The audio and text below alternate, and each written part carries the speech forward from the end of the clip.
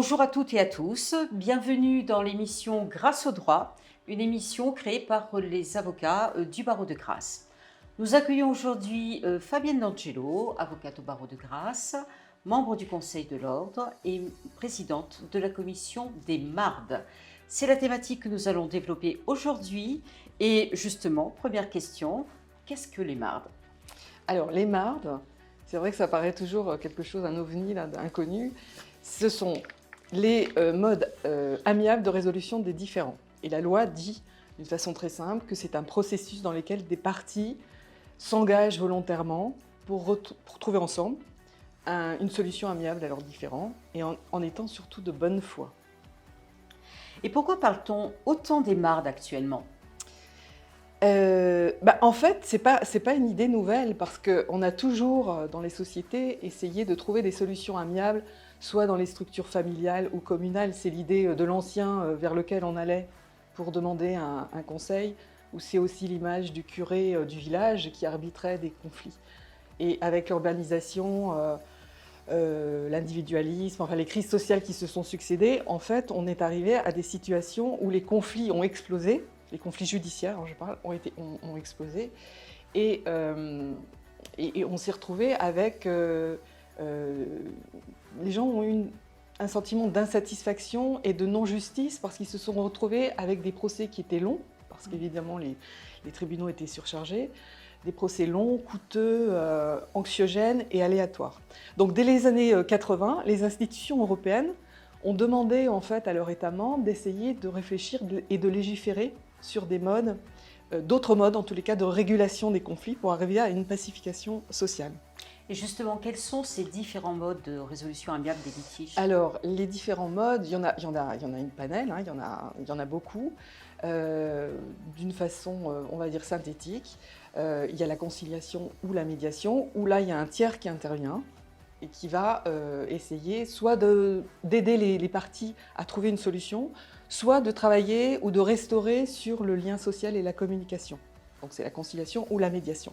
Après, il y a aussi un mode qui est mis à la disposition des avocats, qui s'appelle dans notre jargon la procédure participative, qui va en fait poser un cadre structuré dans lequel les avocats, avec leurs clients, vont discuter, dialoguer, puisque le dialogue c'est vraiment on va dire le moteur essentiel des modes amiables, et on va dialoguer, on va négocier, et on va essayer de trouver un accord qui pourra être ensuite homologué partiellement ou complètement devant un tribunal ou par un juge. Et justement, quelle est la place de l'avocat dans ce processus amiable? Alors la place de l'avocat est importante parce qu'en fait c'est un spécialiste d'abord du conflit, de la gestion des conflits, et il va pouvoir, parce que ça fait partie de son devoir de conseil, il va pouvoir en fait préparer avec son client, lui expliquer et qu'en fait une stratégie de l'amiable est importante, selon bien sûr le contexte, le dossier, la personnalité du client, etc. Tout ça c'est très important, on ne va pas lui imposer, de toute façon on ne peut pas imposer un mode amiable, mais on va pouvoir lui expliquer que la stratégie de l'amiable, ça peut être très bénéfique pour lui et peut-être aussi pour la partie adverse, puisque si on rétablit la communication, on va forcément aller vers une solution qui convient à l'un et à l'autre, et on va vers un apaisement. Voilà.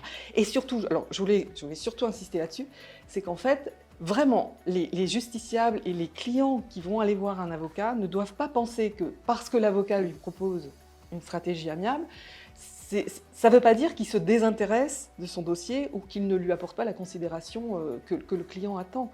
C'est simplement parce que c'est peut-être la meilleure solution. Et si le client n'est pas prêt, il en reparle avec son avocat. C'est peut-être pas le moment. Il y a aussi une notion de timing dans la mise en place des modes amiables. Alors justement, est-ce qu'il y a des cas plus spécifiques où un règlement amiable peut intervenir? Alors, bien évidemment, le cas évident, c'est qu'on va proposer des modes amiables lorsque on a besoin d'apaisement, lorsque les parties ont besoin, lorsqu'elles veulent plus faire la guerre, elles ne veulent plus faire la guerre. Ou parce qu'elles ont besoin, elles savent très bien qu'elles vont devoir continuer à communiquer après le procès. C'est le cas typique des procédures familiales. Familiales, avec... ça peut être aussi le cas parce que l'avocat va se rendre compte et va expliquer à son client que les coûts du procès vont être disproportionnés par rapport à l'enjeu juridique. Et il y a un autre cas aussi, c'est quand on voit qu'il y a beaucoup plus d'affect et d'émotion dans le procès qu'on va engager par rapport à l'enjeu juridique là aussi. C'est le cas typique dans lequel les juges vont renvoyer devant un Oui. médiateur. Très bien. Quels sont justement les avantages de ce type Alors, de traitement des litiges? Les avantages, c'est que c'est rapide, c'est accessible, et surtout ça pacifie les débats, ça apaise.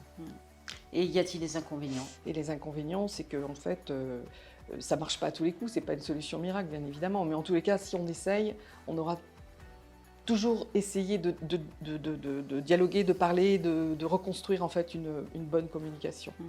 En conclusion, que diriez-vous? En conclusion, je pense qu'en fait, une justice de qualité passe par l'amiable. Parce qu'en fait, un justiciable qui va devant un tribunal, il veut qu'on lui rende justice. Il veut qu'on le reconnaisse dans ses souffrances, dans son indignation. Et le juge, lui, ne va rendre en fait une décision que sur une question de droit. Et le droit, ça n'est pas l'instrument de la justice, c'est l'instrument de la légalité. Donc si on veut une justice, la meilleure des choses, c'est d'être accompagné par des gens compétents, un avocat, un médiateur, qui sont formés et qui vont pouvoir en fait aider le justiciable et l'autre partie à comprendre vraiment quelle est la racine de leur problème et d'amener tous les deux vers ce qu'ils attendent. Parce qu'en fait, quand on va devant un tribunal, qu'est-ce qu'on veut? On ne comprend pas pourquoi l'autre ne nous concède pas ce qu'on attend. Donc là, on va pouvoir expliquer pourquoi on attend cette chose, pourquoi est-ce que l'autre ne veut pas nous concéder ce qu'on attend de lui, etc. Donc on va vraiment aller à la racine du problème et ce sera forcément une solution satisfaisante. Je vous remercie beaucoup, Fabienne D'Angelo. Merci à toutes et à tous de nous avoir écoutés. À très bientôt pour une autre thématique.